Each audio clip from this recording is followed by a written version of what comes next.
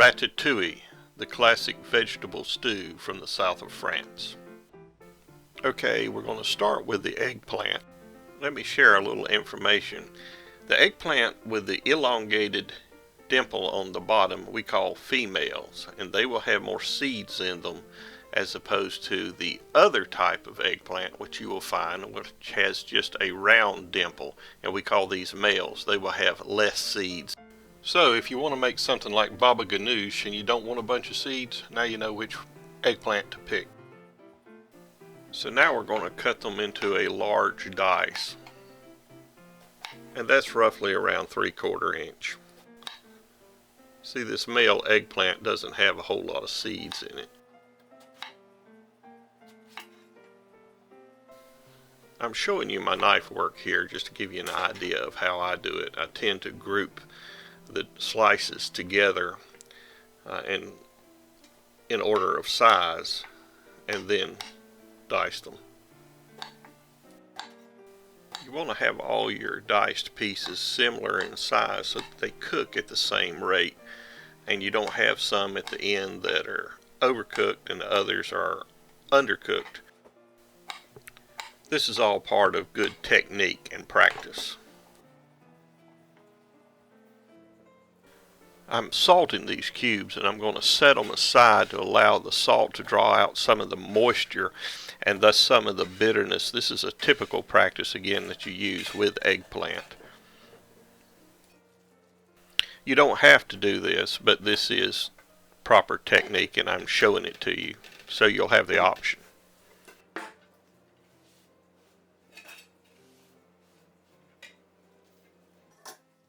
I got these beautiful tomatoes from the farmer's market, and so we're going to dice them up, and I'll show you how I do that. I start by using a paring knife to remove the core.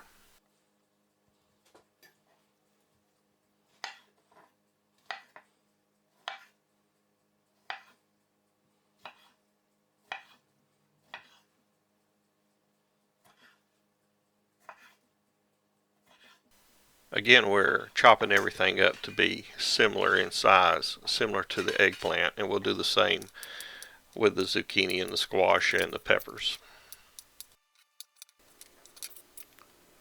Now those are just beautiful. When you're dicing an onion, leave enough of the root intact so that it holds the onion together while you dice it, and then discard the remaining root at the end. Now if you want to chop onions without having a whole lot of tears, make sure you have a good sharp knife. A sharp knife will not crush the cells and cause the sulfuric acid to spray in the air and thus get into your eyes. So I've cut the onion away from the root, and I'm going to discard the root. There it goes. And the other piece. You can skip ahead if you don't want to watch me dice vegetables. You may be quite accomplished at dicing vegetables and don't need this part, but for those of you that are not as familiar, I put this in here to share it with you.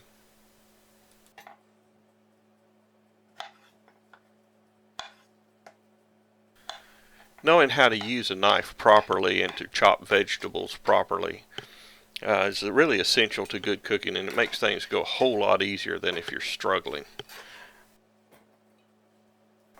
Just take your time when you're learning, and once you get the method and the technique down, then speed will come.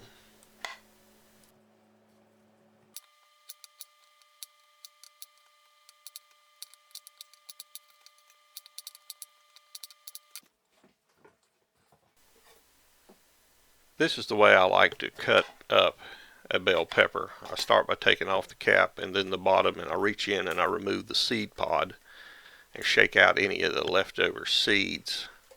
Remove the stem, and then just proceed to chop it up in the size I want it.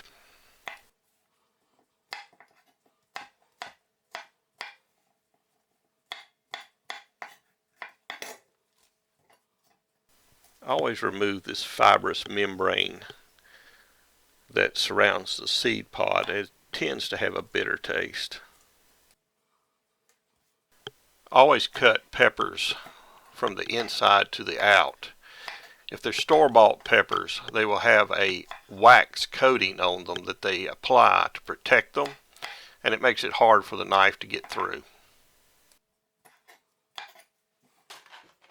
I'm going to use my Muller salad spinner, which I really love, to get the water off of the eggplant that we've drawn out with the salt.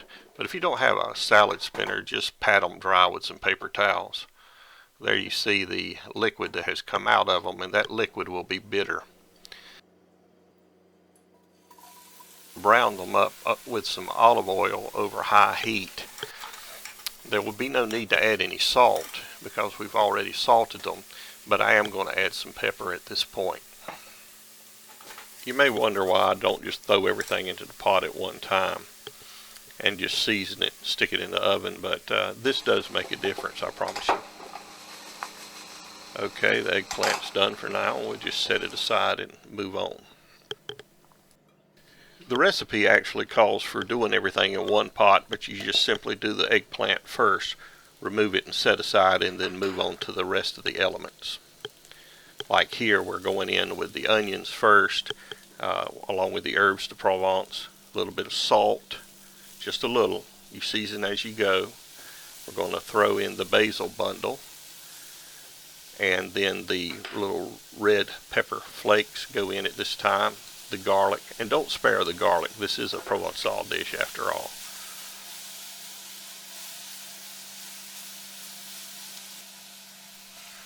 Now the bell peppers go in, and as we add each element in, we cook it for 1 minute to 2 minutes, and then we'll add in the next element.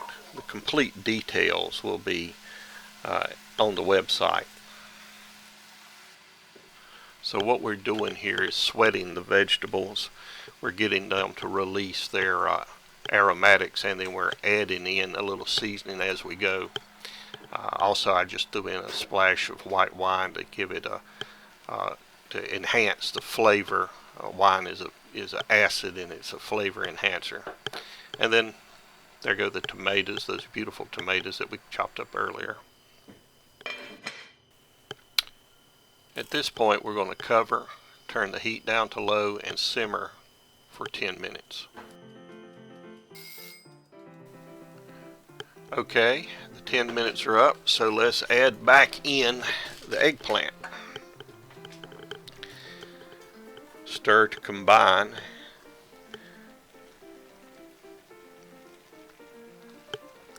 And we're going to cover again, and this is going to go into a 300-degree preheated oven for 20 minutes. While it's in the oven, we're going to take 6 or 8 basil leaves, roll them up into a roll, take our knife and cut them into strips, and this is called a chiffonade. So it's a chiffonade of basil. This, along with the parsley, will be our final garnish to go in at the end. Okay, let's see what we got. Oh, that's beautiful. The colors are still vibrant, and the vegetables should be tender but not mushy, and so you can check that with the point of a knife. You want to taste and correct the seasoning. I'm adding a little salt and a little pepper.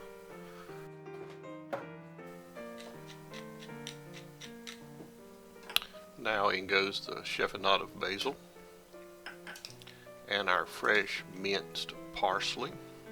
We're putting this in at the end so that it retains this beautiful green color, and it'll also pop in your mouth when you eat it. Drizzle in a little olive oil, and now it's ready to serve. You can serve this hot, or it can be served cold. It's just delicious either way. It just tastes like summer in a bowl. And the herbes de Provence, man, it's just an incredible dish. You really should try this. I hope you've enjoyed this video and found it informative. If so, please like and subscribe. The complete recipe will be at cheftylermacon.com. Bon appetit.